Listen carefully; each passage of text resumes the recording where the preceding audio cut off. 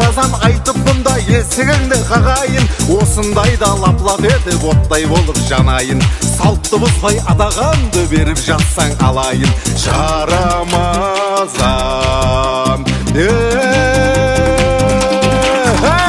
мен айтайын, бұл Рамазан, оразаңыз қабыл болсын, ұстаған жан. Басыңызда кредит қарыз, проблема жоқ болсын, адал тапқан берекелі ақшаларың көп болсын. Жегеніңіз қазғарда семіз-семіз қой болсын, қазағымның әр үйінде жылда 2 той болсын. Майда дейін бар ма еді, бересіз? Қазір мағардан кейін тағы келеді.